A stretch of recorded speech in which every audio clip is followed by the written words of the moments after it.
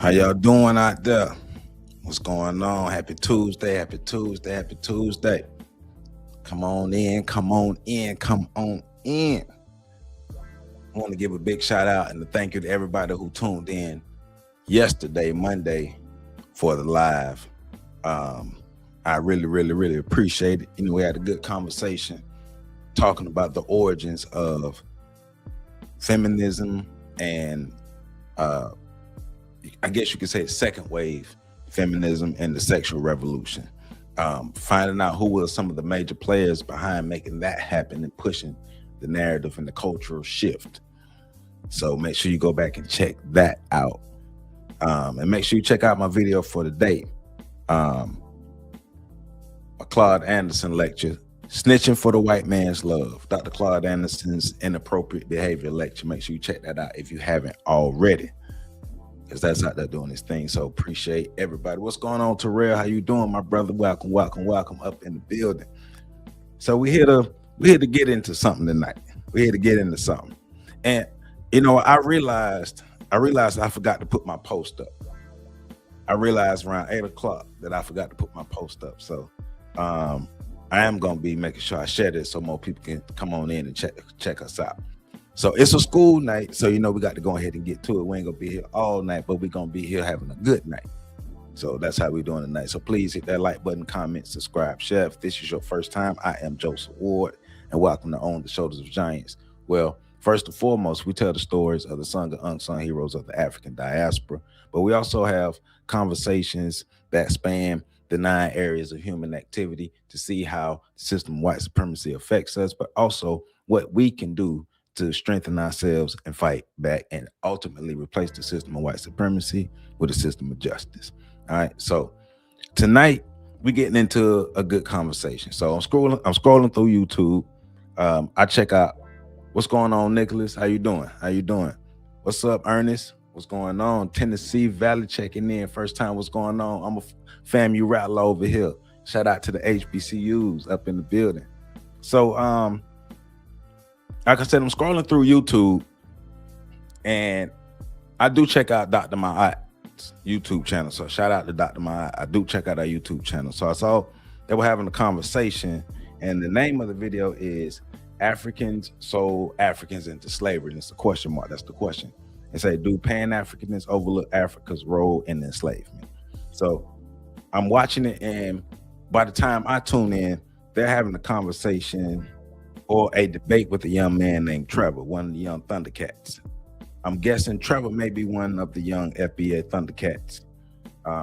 And so it seems as if Trevor is taking a bit of the truth and stretching it with the assertion that the transatlantic slave trade, or the catalyst to the transatlantic slave trade, were Africans themselves, rather than Africans playing a part in a transatlantic slave trade that already was kicked off by the Europeans. And we know history already tells us that, because we can go back and look at when the Moors were expelled from Spain, when they were expelled from the Iberian Peninsula, when Ferdinand and Isabella married, that strengthened their kingdom, and they were able to expel the Moors and the Africans and the Jews who were there. They were able to expel them, and then Europe itself needed money. Europe was poor, so Europe had to find a way to come up.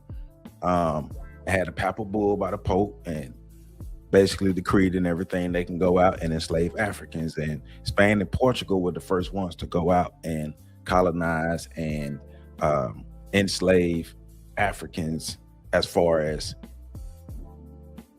them not being able to get still have autonomy or some type of humanity as a slave, ultimately, because we know the transatlantic slave trade, what it flourished into. And then they're also comparing indentured servitude to chattel slavery. It's a lot of stuff in this conversation, but those are things off the top of my head that I remember that they are getting into. Gregory Jones said, read Born in Blackness, Africa, Africans, and the Making of the Modern World, 1471 to the Second World War by Howard W. French. I will check that out. Definitely check that out. So, like I said, it's a school night, so we ain't got all night. So let's go ahead and get to it. Like I say, we here to learn, so let's do it. If we're gonna disagree, let's disagree respectfully. Let's not have no name calling, no back and forth, all that stuff. Just put the information out, and let's disagree with open minds and be able to leave here with more information than what we came with. I don't know it all. I'm not trying to say I know it all. I know what I've read. I know the information that I've come across. And so let's get into this conversation. Let's have some fun. Please hit that like button, comment, subscribe, share. But first, let me go ahead and run my commercial real quick. So I told y'all I was gonna get my merch shop up and running. So I've got it. So I want to show y'all my merch shop.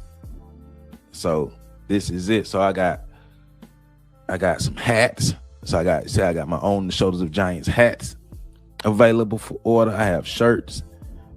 This is supposed to be like a canvas, some kind of shirt, jersey shirt. I don't know why they got that design, but it's a jersey shirt. Somebody wanted. Got hoodies, regular shirts, heavy, what they call it, the heavy tee, tees for men's, unisex tees for women, everything. I got a mug. I gotta get this mug too. But this is the merch that I have available. See, I got my mug, I have my hats, and I have my apparel available. And all of that is, the links and stuff are below and connected to the video. So I got my merch shop up and running. Been working on that for a minute in the background to get my merch shop up and running. So I got it up and running. So if you want to support the channel, get you some merch, it's all available. Links below and links attached to the video.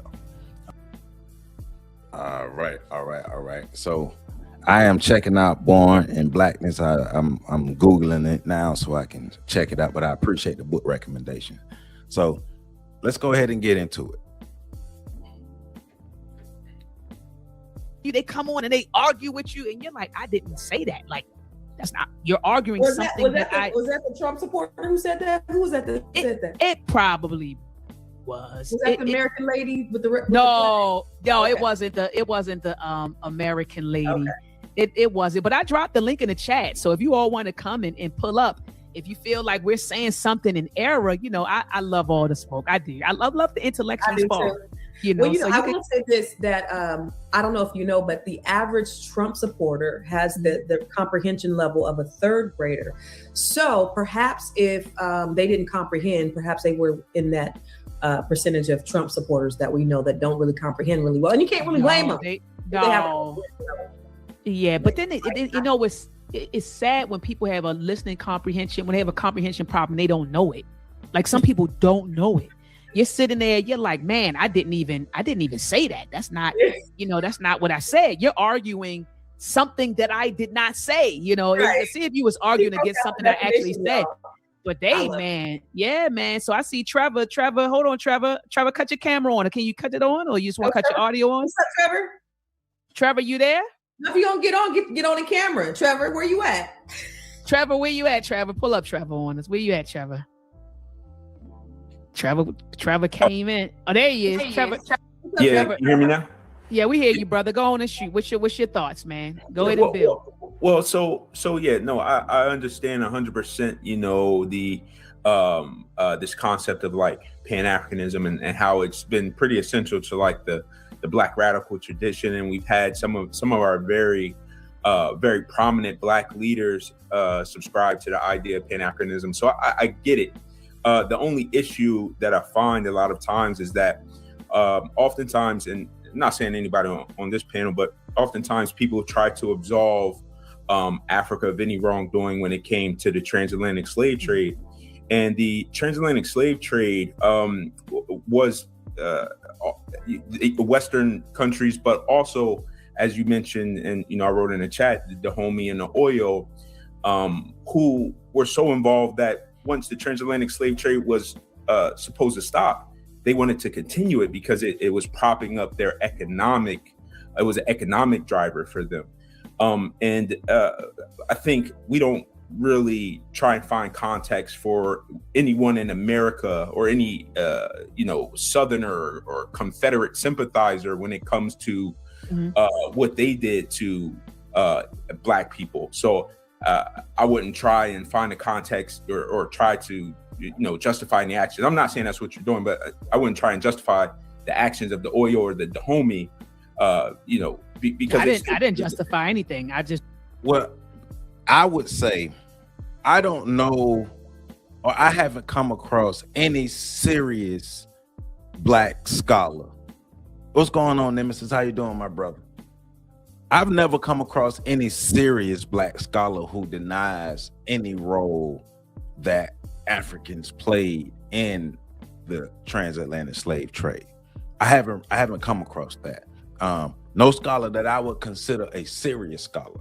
All scholars I would consider a serious scholar. All scholars that I respect, whose information that I've read and information that I've even read on this channel on my Mondays, my book readings.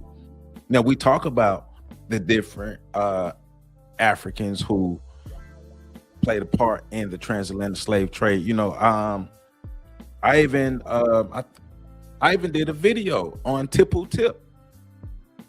Tipple Tip was he was Black, and I can't remember. He was not all the way African. He was African and something else. I can't remember what it was. But Tipple Tip, his name, he got his name because that's the sound that his whip made, because he was such a successful slave trader and slave driver. Like, we know Africans played a part in the transatlantic slave trade, but the idea that, yeah, man, you got some of these young Thundercats, man. And see, I think, every group has radicals. Every group has radicals, and FBA, we're no different. We have radicals as well, and we got a lot of young folk. Got a lot of young folk who are out here running around. They read a little bit of information and take that and run with it and think that that's the gospel, and they have a lot of misunderstanding, and then they want to argue with people about it. But I've never read or come across any serious Black scholar who denies any role that Africans played in the transatlantic slave trade. So I'm not sure where he's getting at. So it said slavery for the rest of the world was not the same as the industrial level madness. The Europe. Look, he don't know. But he's just listen to what he's saying. He don't know no better. Please hit that like button, y'all. Thank y'all for being up in here. Let's put on our thinking caps. Let's read the history. Go ahead. Yeah. No. I'm just saying, so I don't think there's any amount of context that can really, absolve whether it's a Confederate in the South or whether it's an African on the west coast of Africa. Who's absolving? Who's absolving, sir? Well, so I know, and earlier in the podcast, it was like, well, in America, it wasn't in West Africa, it wasn't as brutal as it was in America. And no, that's not what was said, sir. Okay, well, maybe I misheard.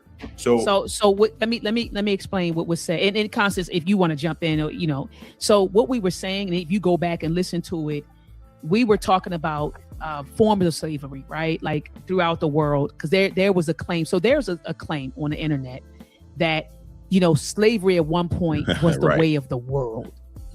People put that out there, that slavery at one point was the way of the world. Everybody had slavery.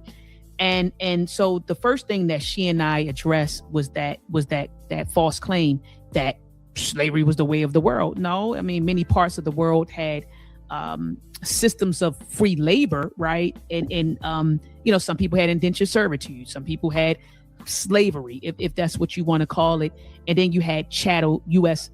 So right here she's making sure to make a distinction between chattel slavery and indentured servitude, because there were, like she's saying, there were many nations throughout history who did practice indentured servitude, i.e. prisoners of war, people who were in debt, people who may have been criminals or something. But, once again, they were able to maintain their humanity. They were able to maintain some kind of autonomy. And in some aspects, depending on where they were in the world and what time, when those people served their time, they were able to rise to high ranks and even become the ruler of the house that enslaved them, or that used them as an indentured servitude, rather. So We do use the words slavery and indentured servitude interchangeably, right? So you said people still do practice it today. So yeah, you're right. But we do use the words slavery and indentured servitude interchangeably. So I know I do. So that's why I try to make sure that when I talk about what happened here in America, I say chattel slavery rather than. So I try to be technical, Ted, and saying indentured servitude versus chattel slavery, two different institutions. Chattel slavery is something that totally dehumanizes a person. That person becomes a tool, and that person and all of their descendants remain a chattel slave. They remain a tool. They remain dehumanized. They remain something to be used until their death. Two totally different systems, but nations throughout the world did practice indentured servitude, chattel slavery, right? And so we address that claim, and then we move from that to talking about African slavery, or what people think was what they call African slavery, and we defined what that was. At no point did anyone try to absorb Africans for their participation. We actually acknowledged it, and then we talked about how Africans viewed slavery, if that's what you want to call it, on the continent. Like, how did they practice slavery? I don't even like calling it African slavery because that's not what it was. But we talked about that. So no one tried to absorb. I'm trying to understand, where did you get that from? So I think too, if I can add to that, because she absolutely didn't absolve it. She actually you're right, acknowledged it. Definitely right. But it sounds like what you're trying to do, Trevor, is you're trying to compare them selling of the slaves in comparison to what actually happened when they got to North America. And they are not the same. It's very inconsequential. So when you say, oh, they fought to keep slavery, okay, you may be right, because I don't know, I didn't read the book. However, what they weren't fighting for is to keep their people, or keep people as lifelong descended chattel slavery in the same brutality that was happening in North America. They were fighting for their economy. It wasn't the same. So my thing is, when you try to conflate it and make it seem like it's their selling of slaves is the same as the brutalization of slavery that happened in North America, I think that's very different. Well, so if you're talking specifically, because I know he specifically mentioned the Oyo and the Dahomey.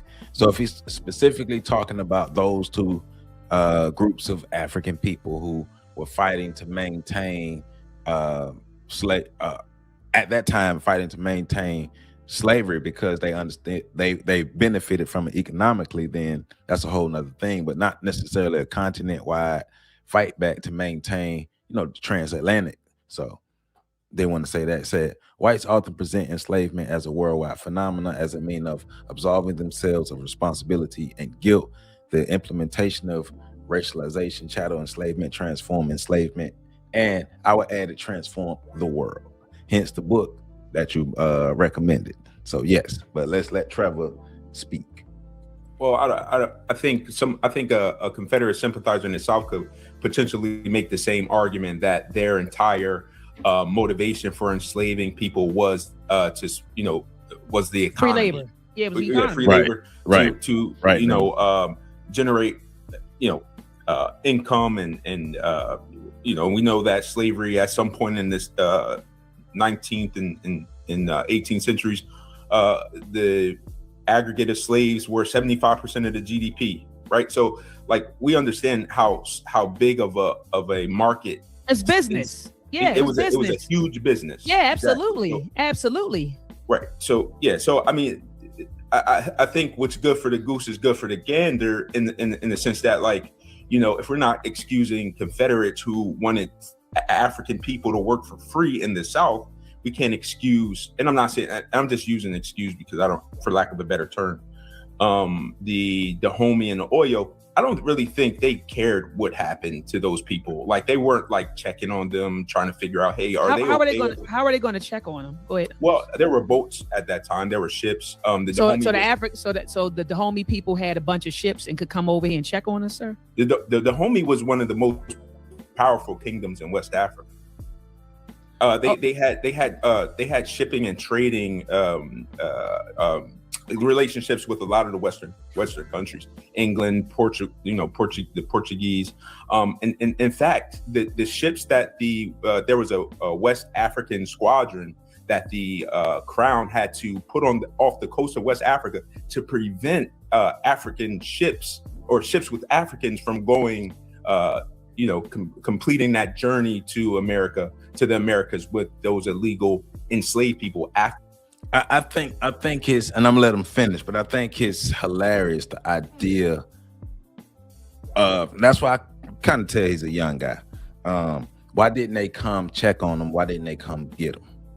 I guess he don't realize the state that the Africans were in, how powerless they were. Yeah, the Oyo may have been a powerful West African nation at that time, but compared to who? And how mighty were those other nations, and did they have the resources to come over? Not only to come over, but one of the questions they're gonna ask once they when they get here, what's gonna happen? Were they gonna be enslaved themselves? Were they just gonna come up and say, hey, all right, we see y'all enslaved, come on back? Like what was the end goal of all of this stuff? So I think that's it's interesting and it's hilarious at the same time. Why didn't they come check on us? They were beat down. They didn't have the resources.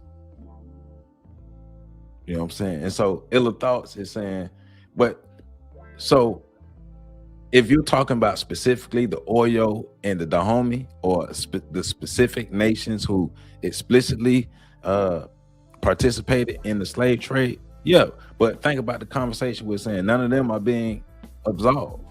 We're not absolving anybody who did, but what we are doing is making it clear, making distinctions between what chattel slavery was versus what indentured servitude was, and the progenitors of the transatlantic slave trade.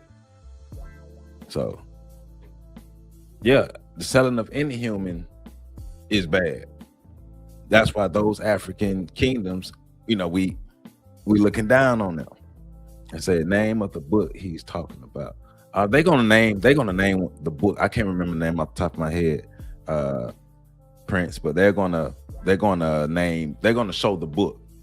So just studying my family tree, I've discovered that the Atlantic slave trade actually was the coast of America trading Native Americans from up. Okay.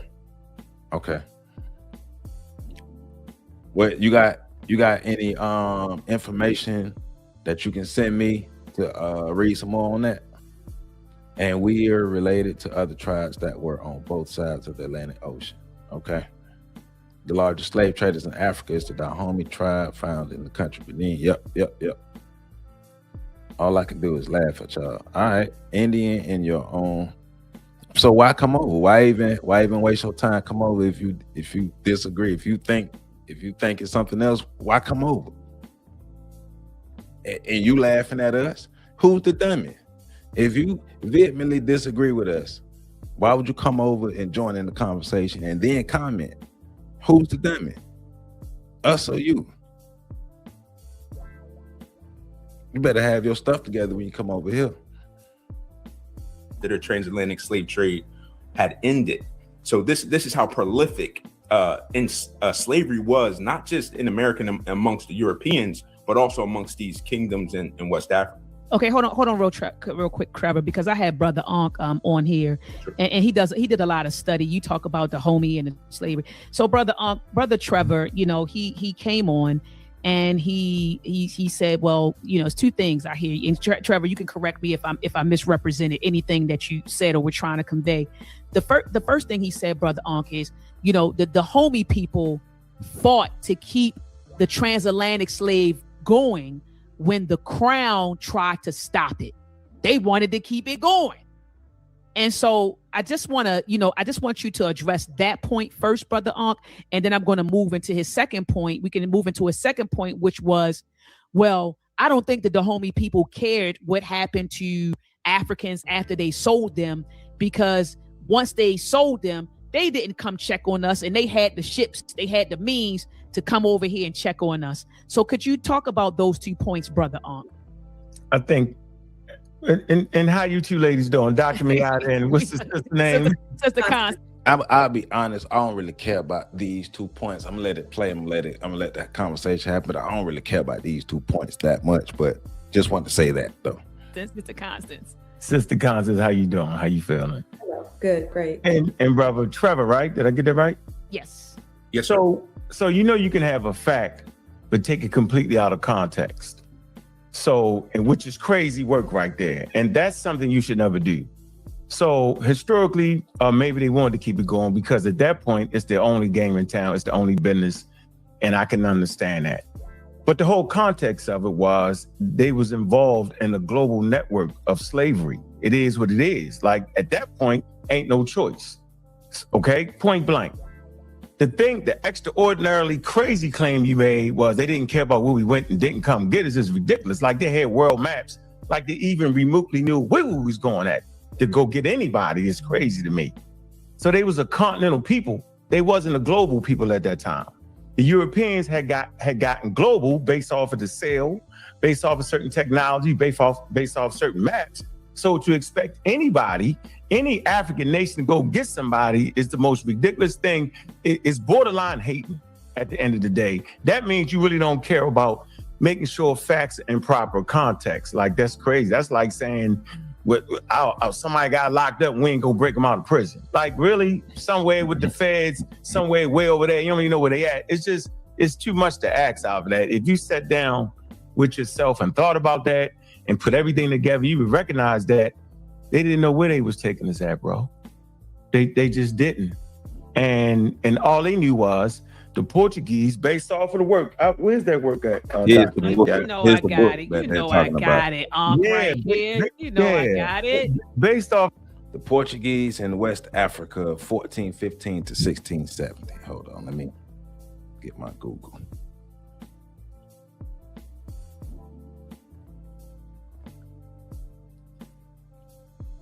Uh, 1415 to 1670. All right, that's the book. The Portuguese in West Africa, 1415 to 1670. They're going to say the author's name, or I have it here. Hold on, let me see. Let me pull it up.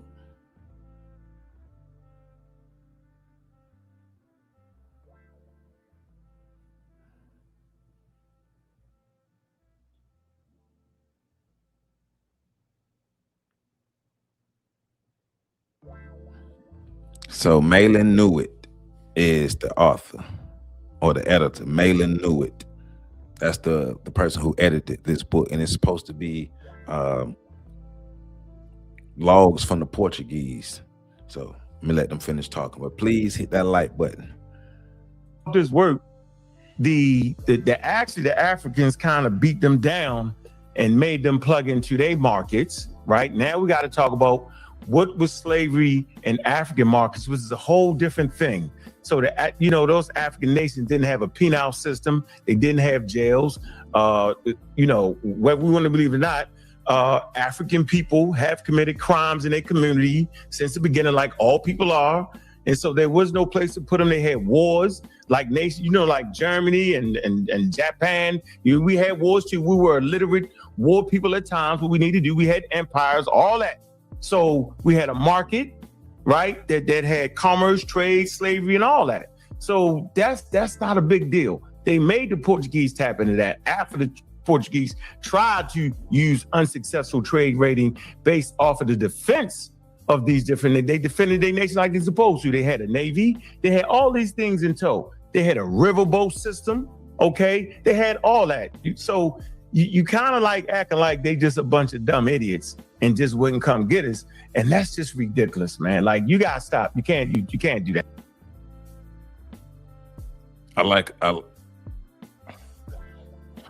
Never mind. I want to know, like, okay, so say the homie got on a boat and they came to America to come get us. What would have happened to them? Yeah. They'd been able to check on us and say, "Okay, y'all good? We can go back home." Like, whoa, Right. Like, Yeah. what was the outcome? No, I get it.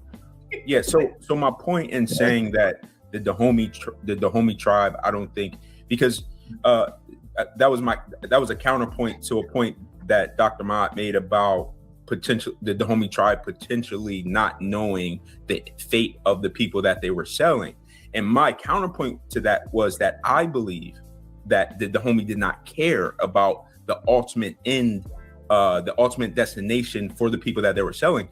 And so that's evidenced by not wanting to cooperate once they found out that the transatlantic slave trade was outlawed. They didn't want to cooperate. In fact, they circumvented any protections that were put in place to make sure that the transatlantic slave trade didn't continue.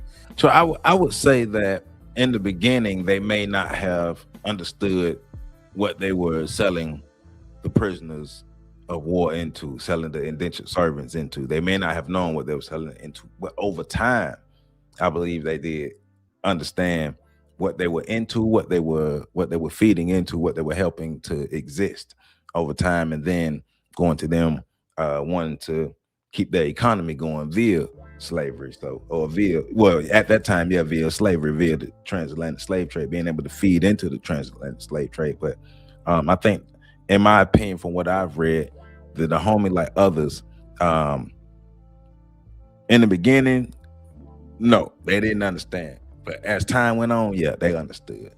So by the time it was known for what it was already too late. Exactly.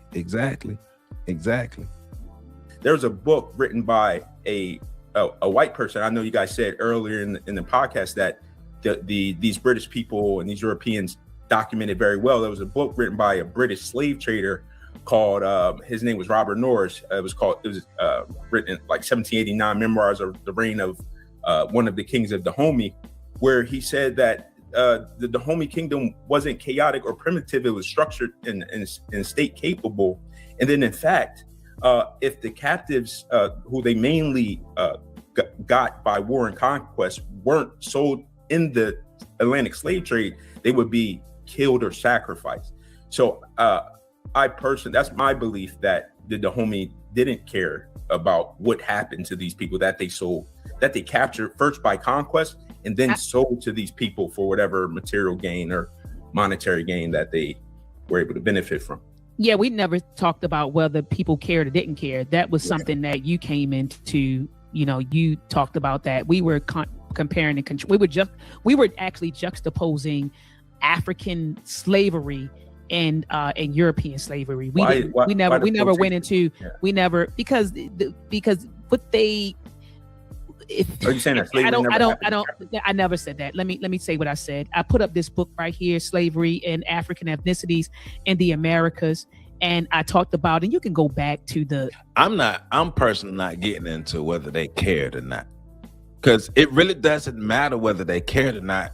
The outcome is the outcome, whether they cared about it or not. The outcome is still the same. So I'm not focusing on whether the Oyo cared about what happened to the indentured servants that they sold off into the transatlantic slave trade.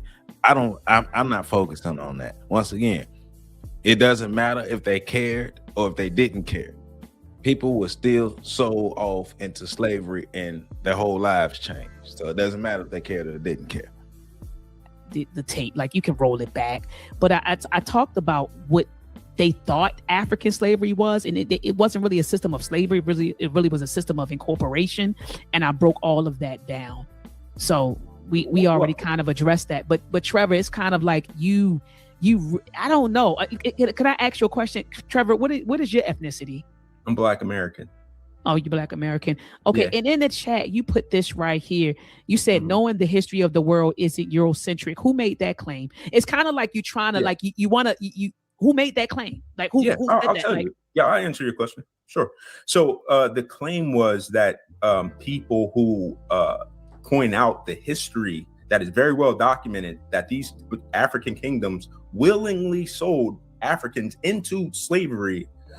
People that point that out is somehow brainwashed or taking white people's talking points. That's ridiculous. I don't need a white person. In fact, some of the most prominent historians that I listen to are Black. I don't even know a white historian who even delves into the topics that I'm interested in. So I think it's just I I disagree with that. Okay, so I know Sister Constance made that that statement. Sister Constance, could you talk to him about what you meant by that? So what I was saying is that we have to stop adopting these talking points of Europeans in how we have division amongst Black people in general across the diaspora. That's what I'm saying. So I don't remember the other part that he was talking about, but that was early on. Yeah, we talked about that early on, Trevor. So I was just trying to. But I don't think European history or acknowledging European history is in any way wrong.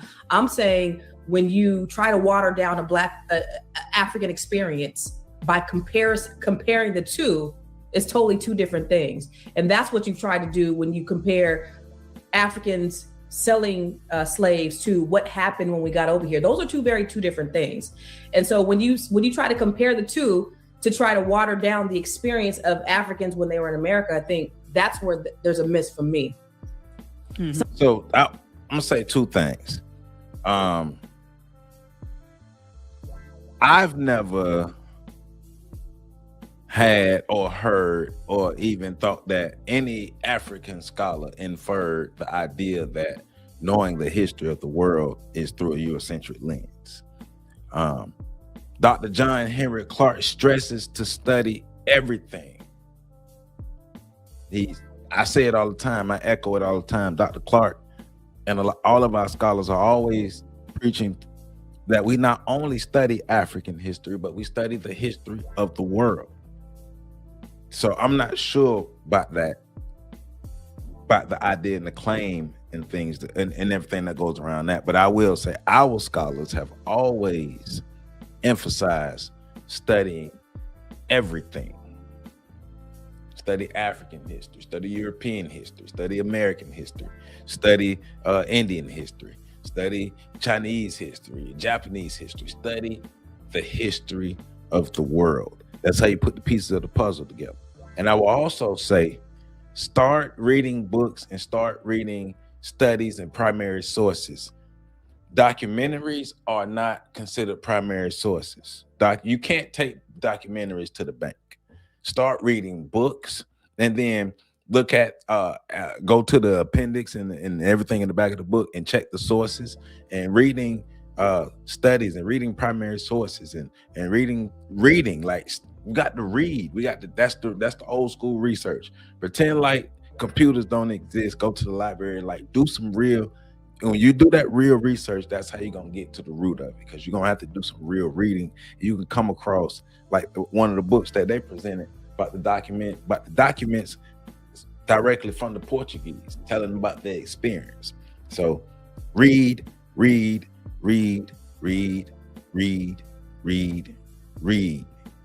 can't take documentaries to the bank. You can't. Not the same. I don't think they're two different things. They were both a part of the same system.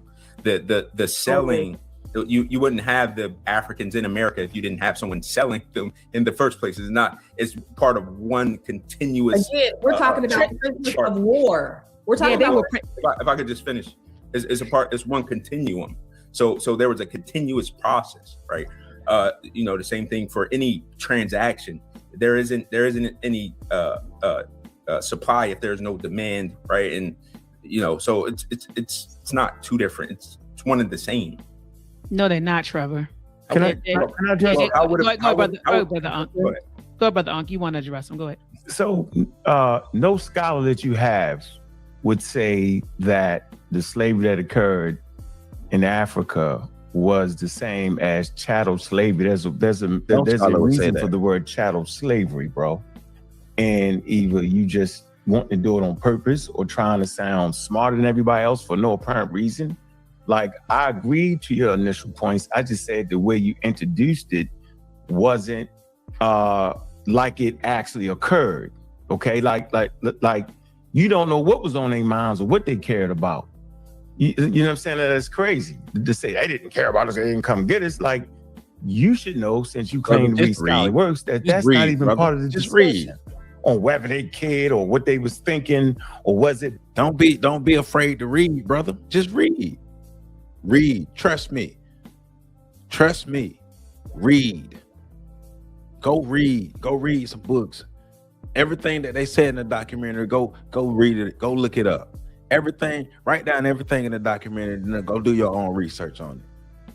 And if you come back with the same information, the documentary did good. If not, then it lied to you. You still got to check your sources. So because it's in the documentary, that means you take it to the bank. You know better than Trevor. You know different than Trevor on the screen. That means anybody can tell you anything in documentary style and you believe it. Are you going to verify what you saw in the documentary? Because you still need to do that. Look, we cannot be allergic or afraid to read. Our ancestors used to die to read. Now we don't. Now we rather die than read. Just read. Everything in the documentary, just all you got to do is look it up. And anybody can put anything in a documentary. But guess what? You can verify both sources. All you got to do is do more research. Don't be allergic to research. Business, but no scholar actually says that the transcontinental global trade was the same thing as, quote unquote, the slavery that occurred in the African slave markets. Different rules, different regulations. First of all, you wasn't a slave for the rest of your damn life, and your kids wasn't enslaved for the rest of their life, and they kids, and they kids, and they kids, and they kids. That's a distinct difference right there. I'll say it again for those who are just very slow and playing around with us. I'm saying that Europeans would enslave your mother and your father. Their kids would be slaves. Their kids' kids would be slaves for daggone 400 years. Go get me the record of that being in Africa. I'll just stand on that point alone. We talked about that earlier. We talked about that earlier. Like I brought up, I actually showed this book right here by Dr. Gwendolyn Hall. And broke down that whole idea. So I don't. He's trying to say it's the same thing. It's not the same. It's not the same as prisoners of war. That's totally different. Listen, I'm not a slave denial. Hold on. Let me speak, bro. That's how. Go ahead, bro. I thought you were done. Go ahead. Now let me talk. Right. So you playing. That is not the same thing. Now I would agree that slavery of anybody is just wrong. So I'm not sitting there saying that was right or wrong. So my question to you is, what do you do with the criminals if you don't have a penal system? Europeans had penal system, meaning if you committed a crime, they could just lock you up. So I'm gonna ask you, what should I do with my prisoners of war and my criminals? If I'm in Africa, if I'm understanding African culture, custom, and traditions, and the way they handle that, I'm asking you, what would you do, Mr. Trevor? Yeah.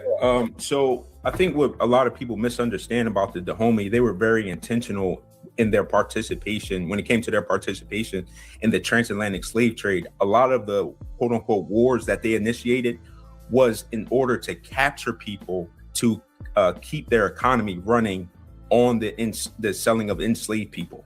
So it wasn't just a war where they had a disagreement about something and people just I apologize. I was just talking about African slavery in general. I'm not going to stay on the Dahomey. I'm just talking about slavery, and that there was slavery. We're talking about the transatlantic slave trade. Okay, but but if you're talking about the transatlantic slave trade, you're literally boiling the transatlantic slave trade that happened in Africa down to two tribes, and just saying and making it seem like these two were the hub of the African or the transatlantic slave trade that kicked everything off. And you're talking about like West Africa is a vast area of West Africa. So he's not talking about the transatlantic slave trade. He's talking about the Dahomey or the Dahomey and oil involvement in the transatlantic slave trade. He's not talking about the transatlantic slave trade as a whole. Dr. Ma'at, Brother Ankh, and Sister Constance are talking about the transatlantic slave trade as a whole versus indentured servitude. Trevor is talking about the role of the Oyo and the Dahomey specifically, basically. So they argue in two different things. Okay, so if we're talking about the transcontinental slave trade, then why just stay stuck on the Dahomey? We're talking about, generally speaking, hold on, I want to make sure, because you kind of you're cutting me off, first of all. And no, I didn't know, because I was trying to let you know that I'm talking about the transcontinental slave trade. Okay, so am I. African nation. Okay, so well, just let me finish. So the Dahomey kingdom was one of the biggest players in the transatlantic slave trade. Anyone that has done a modicum of research on the transatlantic slave trade in West Africa's involvement knows this. Nobody's denying that. And my point was that, man, I don't cut people off, man. It's kind of rude to cut me off. I mean, you don't have a point. You being circular. You just saying the same. He's just saying the same thing over and over and over and over. Everybody's acknowledged the role of the Dahomey. Everybody's acknowledged the role of the Oyo. We know. Once again, no serious scholar, no serious African scholar denies the role that kingdoms like the Dahomey and the Oyo played in the transatlantic slave trade. No serious scholar would deny that. So he's being circular right now. So in the middle of the sentence, now I can't even go ahead, man. You got it. No, go ahead. Rethink your thoughts, brother. I just wanted to, I apologize for cutting you off. Go ahead, brother. Catch it. You can catch your thoughts. If it was that serious, you ain't forget about it. Go ahead. Nah, man, you go ahead, man. When you catch your thought, you can cut me off. That way we even up. So my point is, I'm not just talking about the Dahomey, whether they the largest players or not. Okay, we can talk about the Zinga, King Afonso. They was the first players. You ain't get much bigger than them. Okay, I remember what I was going to say. Okay, so, go ahead, brother. So basically, these wars that were started by a lot of these kingdoms that benefited economically from selling and trading enslaved people, they were started with the intention to capture and trade people. They weren't started for disagreements between a chieftain selling his daughter but not receiving however much the dowry. It wasn't for those types of things. They were intentionally doing it in order to continue to be active in the transatlantic slave trade. Hold on, let me say that again. I would like. Hold on. So my point is, I'm not just talking about the Dahomey, whether they the largest players or not. Okay, we can talk about the Zinga, King Afonso. They was the first players. You ain't get much bigger than them.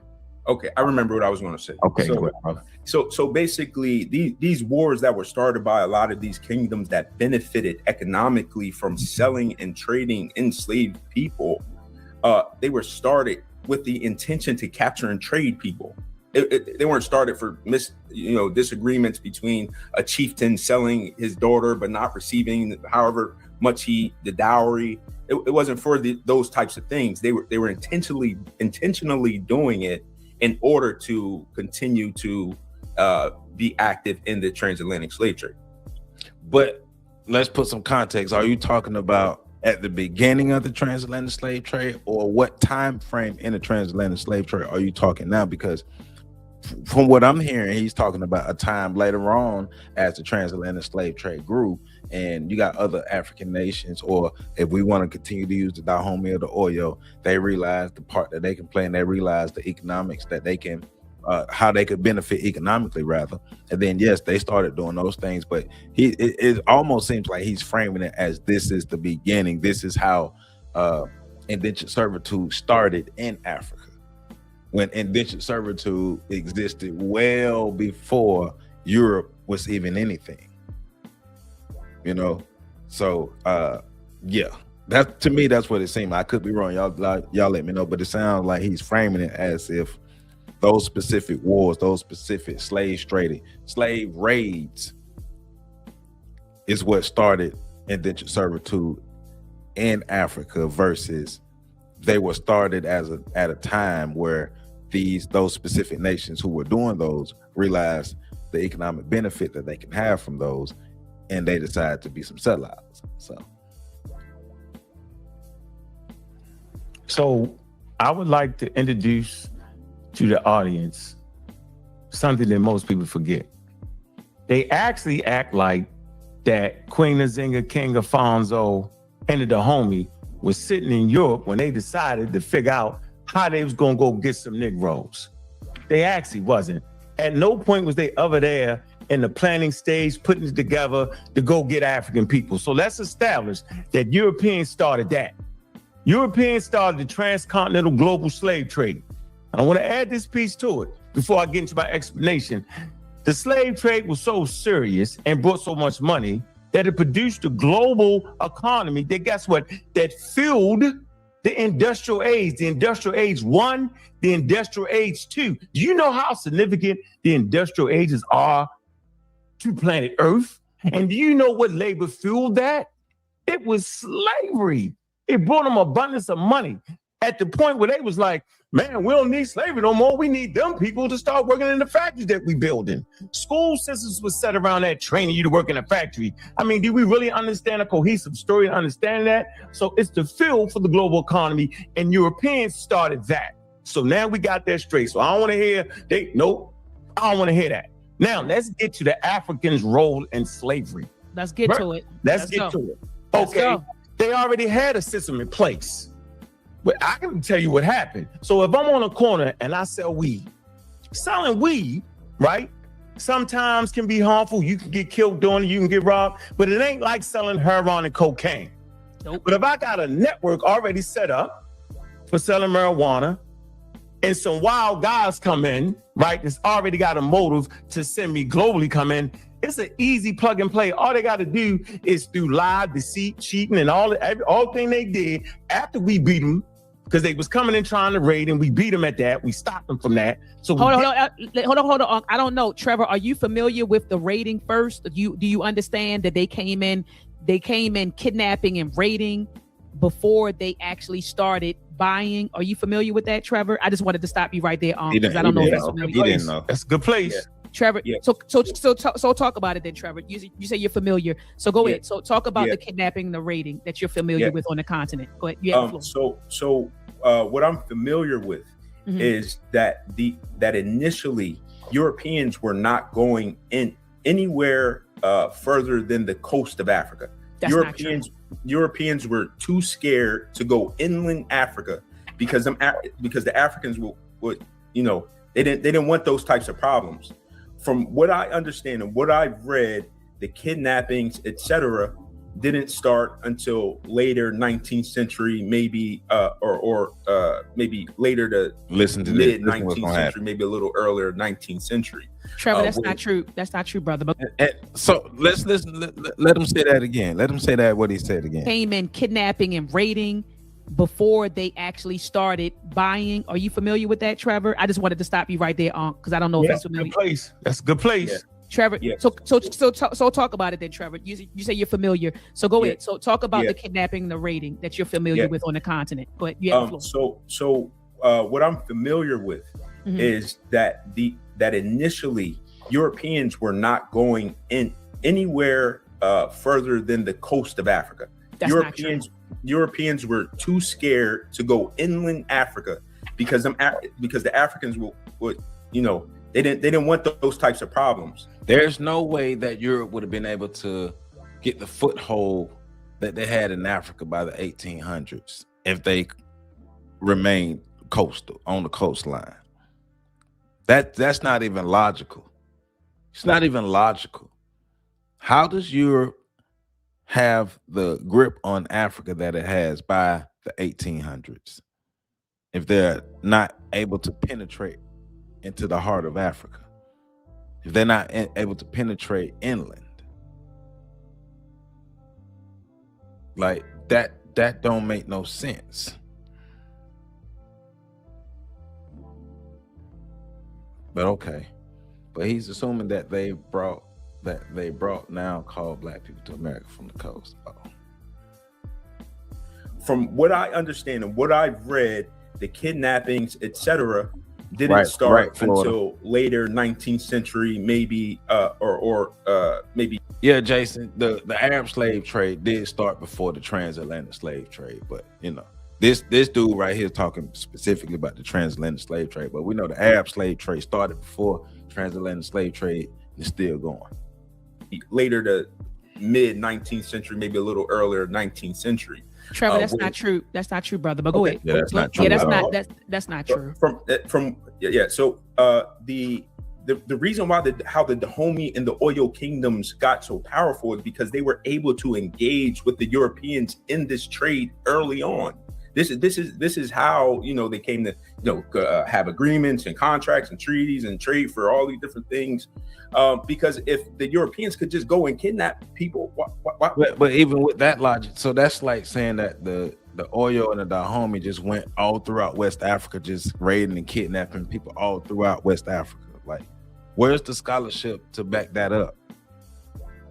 He just saying stuff. Why would they need any agreements with the Dahomey or the Oyo? They wouldn't need those agreements. They needed the agreements because they weren't going inland Africa. They were, and they say it in this book. So this book right here, Trevor, is called The Portuguese in West Africa, 1415 to 1670. It was translated by there it is, Malin Nuit. And so the Portuguese, so what this author did was take the Portuguese writings, their diaries, their letters, and he or she translated it. Okay. And so the Portuguese themselves tell you that they were raiding villages initially. They were also kidnapping. A few of them talked about how sometimes they would see an African woman getting water with her children, and they said that they would purposely run over to her and grab her child, and they said they knew her maternal instincts would kick in, and so she would run, of course, behind her child trying to get it, but they were trying to capture her. And so they would do stuff like that. And then a couple of them said, man, they got tired of going in and raiding these villages because they were always getting hit with poisonous arrows. So I think, Trevor, you should probably invest in this book so you can read what the Portuguese said from their own mouths. And I definitely want to get that book, but I know I've come across information in the past that have talked about Portuguese and other Europeans being able to penetrate the interior and penetrate inland in Africa before, like he's claiming, the 1800s. They were able to get in there. They were. Now, were they casualties? Yeah, but they were able to get in there. Think about it. How could Portugal, how could Spain, how could these European nations have a grip on so much of West Africa only from the coastline? They had to penetrate, and it had to be more than just using other groups of Africans, because all the other groups of Africans had to do was just go into the interior and not come back. So yeah, they were raiding and they were kidnapping. They were raiding and kidnapping. They were going in the villages. Even if you go to Chat GPT, I'm pretty sure Chat could tell you that if you don't feel like reading the book. But they were actually raiding and kidnapping. So I don't know. And they were doing that 19th century. No, they were doing that when they first got over there, in the early 1400s. They were doing that. Can I introduce a source? Yeah, you go ahead, brother. And that's a great point, Doc. Let's deal with a source: local African responses to the early slave trade in Upper Guinea, 16th to 17th century. The abstract: when the Portuguese mariners reached the Senegambie coast shortly before 1450, they quickly engaged in taking numbers of captives back to Lisbon. Okay? I ain't gonna read you to death. I am telling you that the Portuguese came in slave raiding. The problem was when they was traveling down the rivers, they engaged African Marines. What's your source, Florida? What's your source? Florida? Because they have their source. What's your source? I didn't know that Africans also had navies. And the boats was better because it could navigate. They had the war canoes that could hold over 200 people. They had iron tips, poison tips, bows and arrows. And they was downright nasty with it and well organized. And they ran their ass about it. Excuse my language. They used to think the Christians was actually eating Africans. They was like, why are they just snatching people? In books like Destruction of Black Civilization. Also, if you read Things Fall Apart by Chinua Achebe. If you read Things Fall Apart by Chinua Achebe, also if you read Destruction of Black Civilization, they talk about some of the tactics that were used. And so missionaries were able to go in and do reconnaissance missions like 30 years before the actual conflict happened. So they had white people who were able to go in under the guise of a missionary and penetrate into the interior. But that's just one way. But the Europeans were able. I'm gonna come. It's a school night, so I can't go as long as I want. But I'm gonna come back to this topic, and we're gonna break this all the way down because we're gonna agree to disagree. I'm not searching chat GPT. I'm searching real sources. Now, give me a source other than chat GPT. Give me a book. Give me a scholarly article. Give me something. No, you don't have. You finna Google. You finna hit Google real quick. You supposed to have your stuff together. Give me a book. Give me a scholarly article. Give me some research. Give me something like that. Somebody give me a sec. Come on, man. So obviously there was a difference in the way they conducted business in slavery than coming and snatching somebody. It's obvious right there when you start to read the original documentation. So you can't be serious with it if you're not going to be willing to admit that they came in first, disturbed the system that was in place, that didn't have you in slavery for the rest of your life. So if you owe money, you be enslaved, right? If you was a captive of war, you be enslaved, right? Okay, but not your family's family.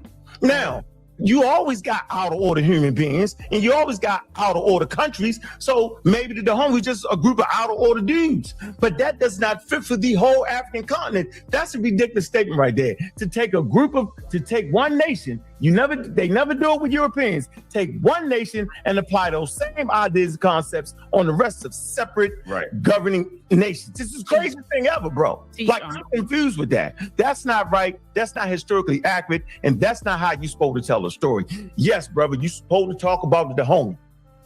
No joke. But you're not supposed to make the Dahomey way they treated how all African separate nations carried the business of slavery. You're not supposed to do it. Each individual nation has an individual story, and their responses, see, because this is a response, okay? It's a response to colonial powers coming in, disrupting an already organized trading system. Let's get that straight. So I'm not the one to tell a functioning nation on who to lock up and who not to lock up, right? I'm not a person telling people how to treat people that just won't pay their daggone bills. I'm not that guy. So whatever reason they had to do it, that was their reasoning. Now, we can judge it morally, no more than I'm gonna say, well, I sit there got beatings when I was growing up. Now, if you beat somebody, you going to jail. But I ain't gonna sit back and tell my grandmother, my great grandmother, you shouldn't have been. They was crazy for doing it. No, that's not actually how it works.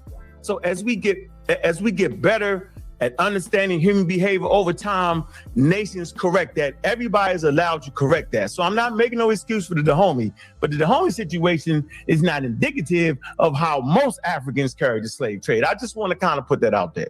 It actually is, because not only do you see the Dahomey. Hold up, Trevor. Let brother I just want to say the problem I have with what Trevor is saying is basically he is parroting what these white people say about Africans trading their own or selling their own into slavery. That's essentially what you're saying, and that's what I have a problem with.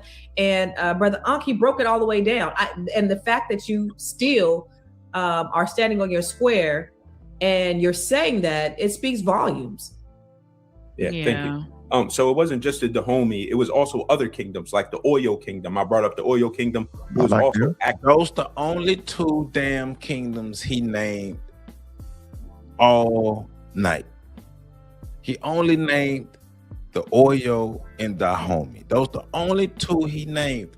And once again, he's still trying to attribute the actions of them to the entire continent or to the whole of West Africa. That's all it, because he's making it seem like the Oyo and Dahomey went around all of West Africa and just did all the enslaving and did everything in West Africa like that. Like, come on, man. Come on, Trevor.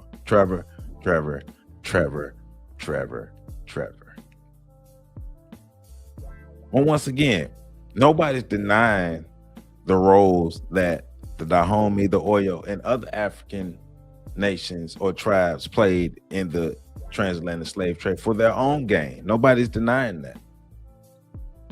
But I will push back if you try to make it seem like that was large scale. I will try to push back if you make it seem like that was the African way. And I will push back if that claim pours into saying that, making it seem like that was the genesis to the transatlantic slave trade. Walter, you just naming stuff now. Florida, you just naming stuff.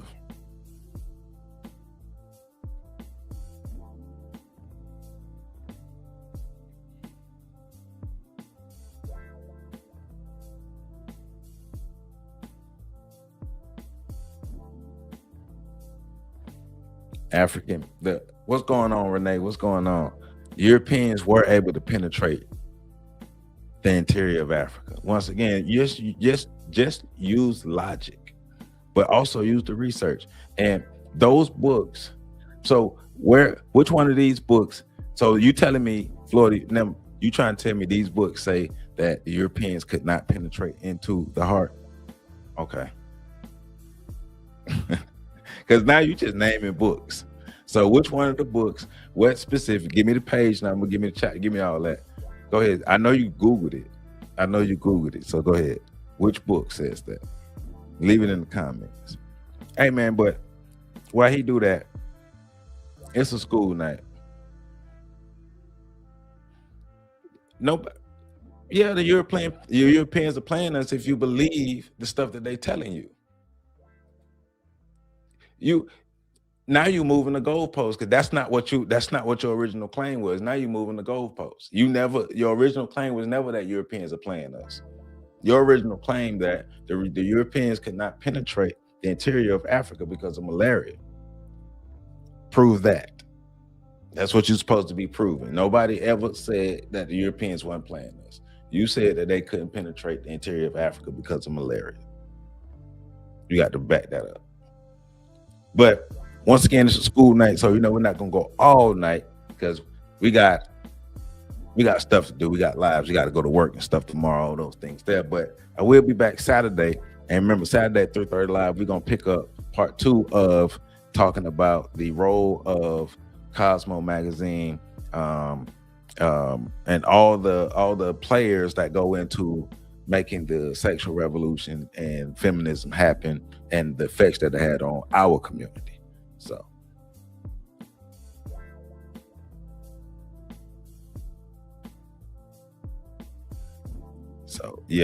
I appreciate everybody tuning in. You can go ahead and drop a quote, my brother. Go ahead. But drop a source too. Drop a link to a source and something that I can actually read. Because you give me quotes, give me a source, give me a link, give me a scholarly article, give me a book, give me something credible to read. So where's the comment earlier? Somebody left a comment earlier.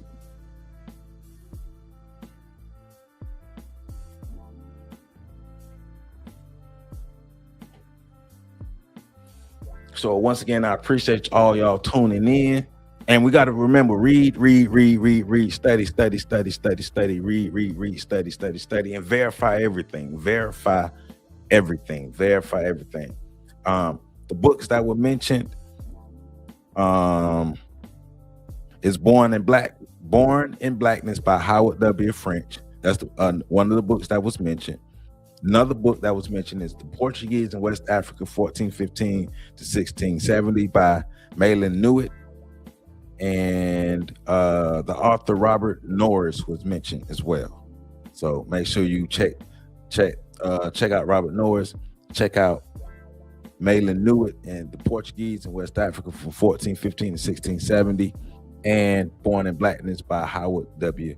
French. Y'all make sure y'all have a good night. Let's read, study, and all those things. No, I didn't. That would be dumb. Okay.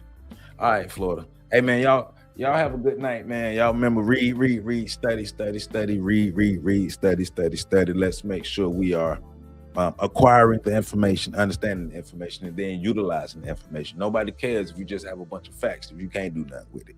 All right. Love you all. I see y'all live again on Saturday. Make sure y'all tune in tomorrow, 1 p.m. for my video on check and Diop. So peace out. I love y'all.